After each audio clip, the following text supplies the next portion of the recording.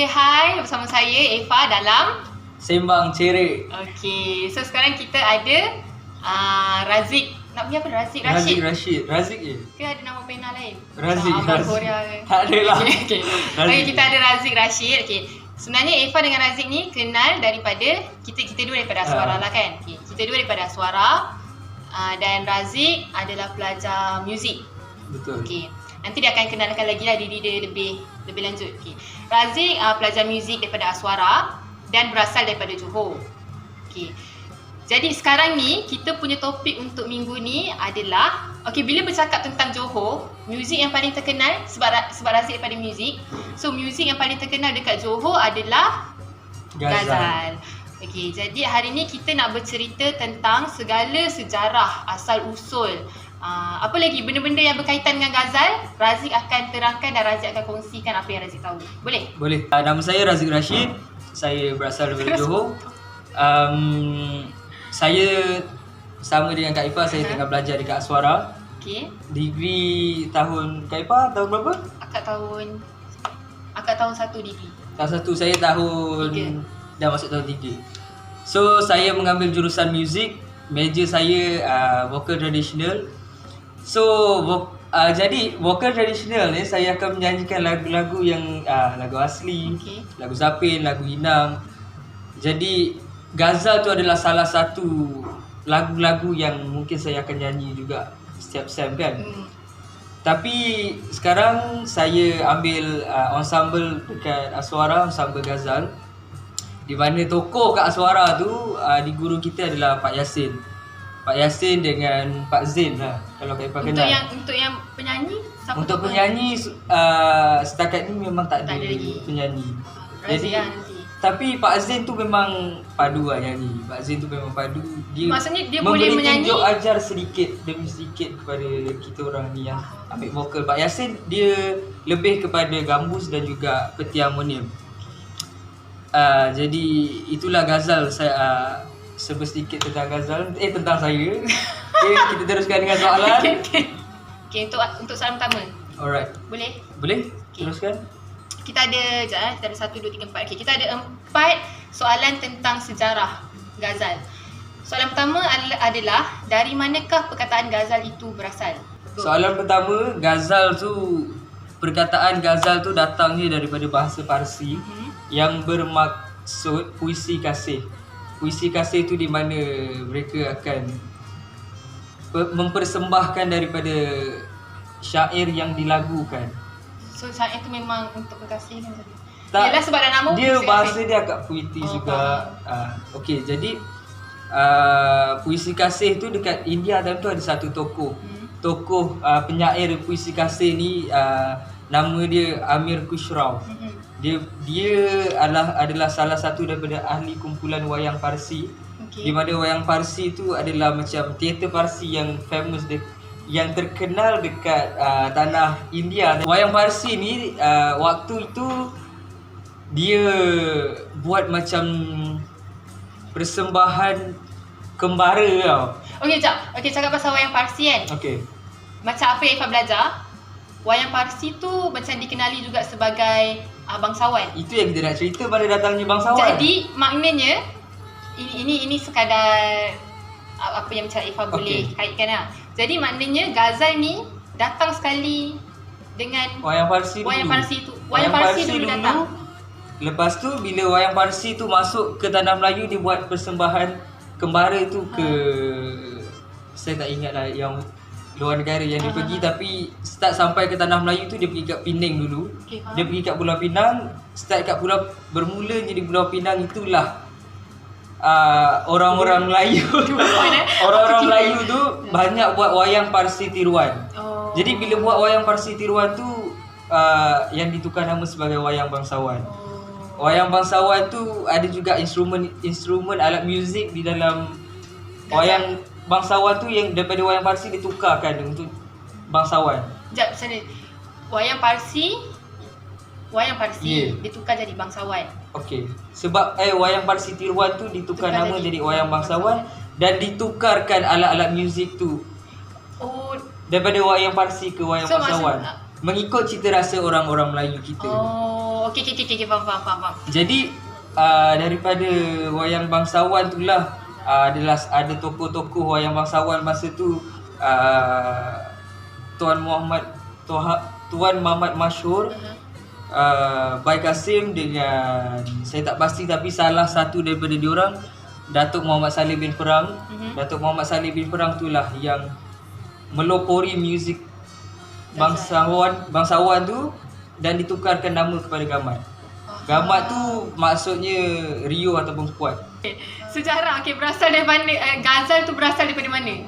Jadi cucu daripada Muhammad Saleh bin Perang tadi tu, cucu dia yang ambil muzik tu, dia yang belajar main harmonium. Macam mana dekat wayang bangsawan, dia belajar main harmonium dengan tabla dekat luar negara lah, dengan ustaz ni nama Ustaz Alfa ataupun Ustaz Alapa, India. Dia belajar main harmonium dan tabla. Jadi dialah dulu yang createkan muzik Ghazal tu tau. Dia yang cipta, melopori muzik Ghazal tu lah kan. Yang ketiga tadi, berapakah ahli kumpulan dalam muzik Ghazal Melayu itu belum. Daripada nama Gamat tu, macam mana boleh terlahirnya nama Ghazal Melayu Johor ataupun Ghazal Melayu Jati? Sebab sampai kat Malaysia ni, ini berpecah ada 2 Ghazal. Satu Ghazal Parti, di mana Ghazal tu ada dekat belah-belah utara, yang mana dia mainkan renik Arab dan juga lagu-lagu irama gambus. Tapi Ghazal Melayu Jati, Ghazal Melayu Johor ni, dia mainkan rentak-rentak India, renik-renik India dan juga pukulan Hindustani tau. Dia lebih kepada India. So instrumen dia, jadi instrumen dia dulu pun instrumen yang India punya instrumen kan. First sekali ada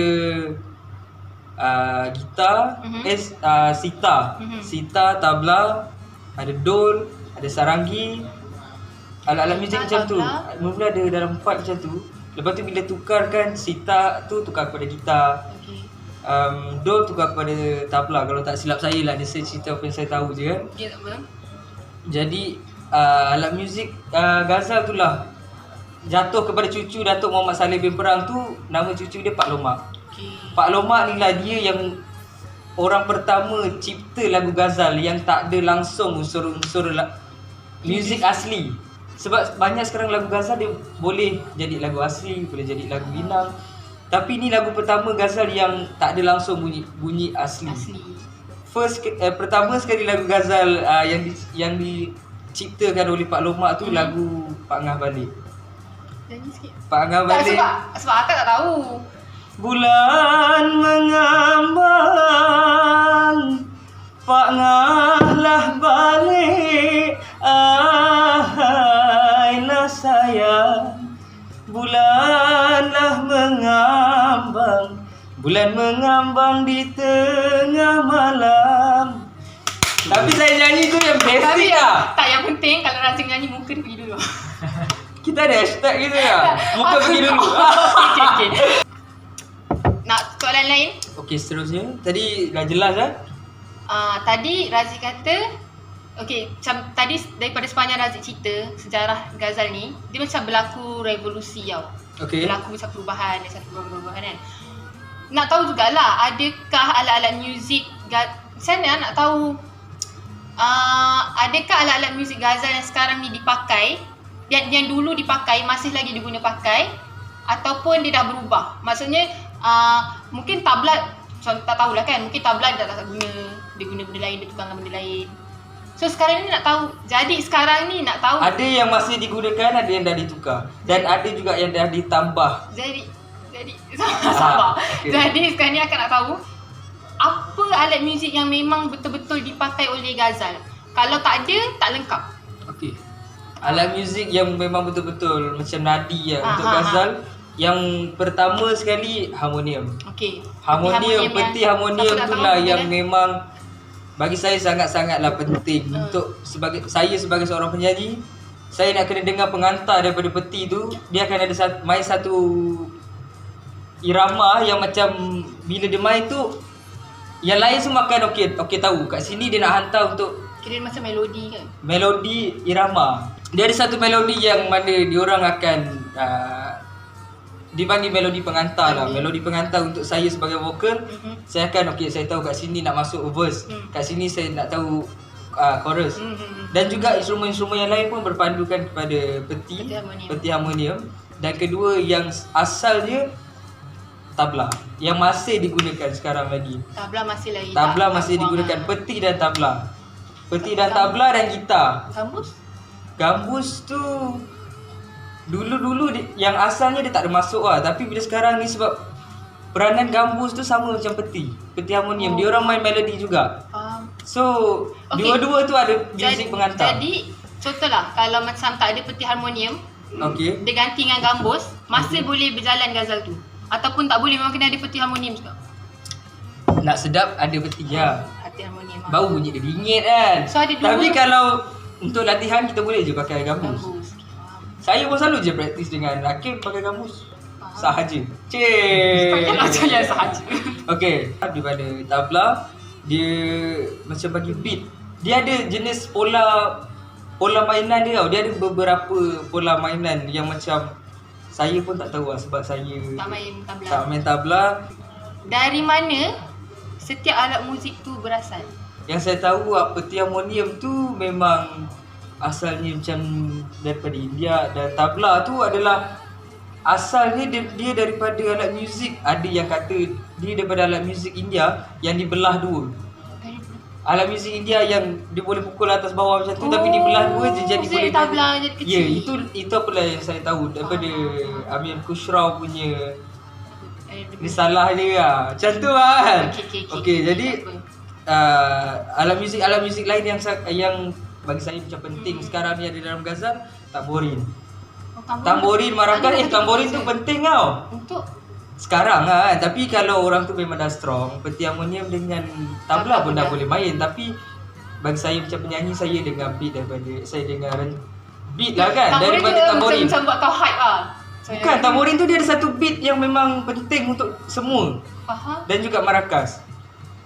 Dah gitar, gambus. Dia ada sekarang lebih kurang 7 lah. Gitar, peti harmonium, tabla, gitar, gambus, violin. Violin ada.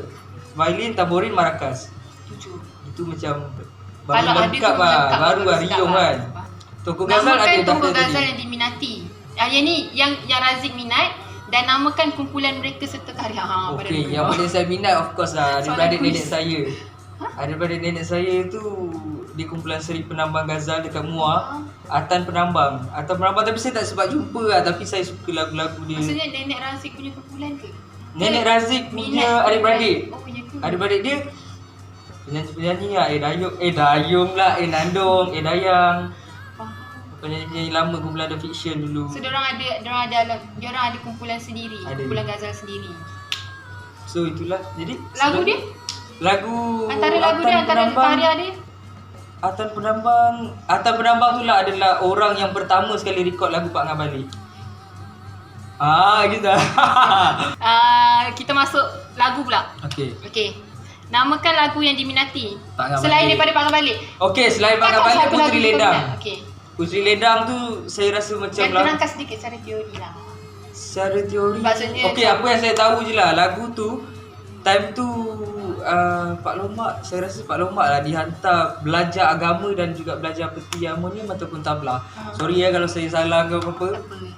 Dan dekat sana lah dia tengok macam mana muzik Jawa tu. Dia tengok muzik Jawa tu dia macam tertarik tau. Jadi bila dia tertarik, dia buat satu lagu tapi dia letak nama Puteri Ledang. Di mana Puteri Ledang tu asal dia Ledang Johor, tapi dia masukkan muzik Jawa. Tapi elemen lagu Puteri Ledang tu memang main scale Jawa.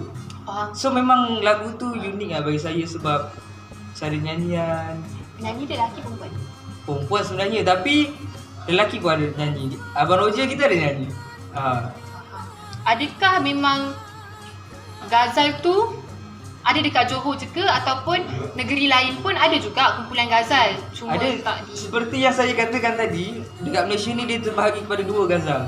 Ghazal parti di mana dia main lagu-lagu Arab, dan juga dia macam bercerita tau. Ghazal parti tu, ghazal Johor. seperti yang saya terangkan Yang tadi. macam lagu-lagu Hindustan. Betul. Okey, ni betul-betul soalan terakhir. Okey, ghazal merupakan muzik istana yang dimainkan untuk golongan bangsawan. Macam ghazal alat muzik istana. Tapi sekarang dah diumumkan sebagai ghazal boleh dinikmati oleh setiap Golongan orang. marhain. Kenapa? Okey, walaupun sekarang ni ghazal sudah terbuka untuk orang-orang umum dengar dan dinikmati, kenapa masih lagi tak ada yang minat? Kenapa sekarang tak ramai orang yang suka nak pakai tanjak, pakai baju songket, jalan-jalan kat luar ni? Kau tanya aku. Contohnya sebab pengaruh barat, betul tak? Betul lah. Jadi zaman tu pengaruh barat belum menguasai kita punya mentally dan fizikal. Sejak kecil, saya rasa cukuplah kau tahu, tak perlu kau minat pun tak apa. Cukuplah Betul, kau tahu ada sebagai ghazal seorang lagi. Melayu, bila orang cakap pasal muzik ghazal, semua orang Melayu tahu. Oh. Cukuplah macam tu. Tak diberi didikan secara mendalam lah. Ya, sejak kecil sepatutnya Sejak Sejak kecil sepatutnya as a parents, kita punya pengaruh kepada anak-anak ni memang besar. Pengaruh parents kepada anak-anak ni, kalau seorang bapa bagi dengar kat anak-anak dia muzik ghazal, ni muzik ghazal, ini muzik tradisional. Macam Piramli cakap, muzik tradisional ni kita sebagai ibu bapa, kita kena tanamkan kat dalam diri kita sejak kecil. Bila dia dah besar, dia akan besar macam mana angin tiup pun dia tak akan tumbang. So itu saja untuk hari ni. Terima kasih Razik. Sama-sama.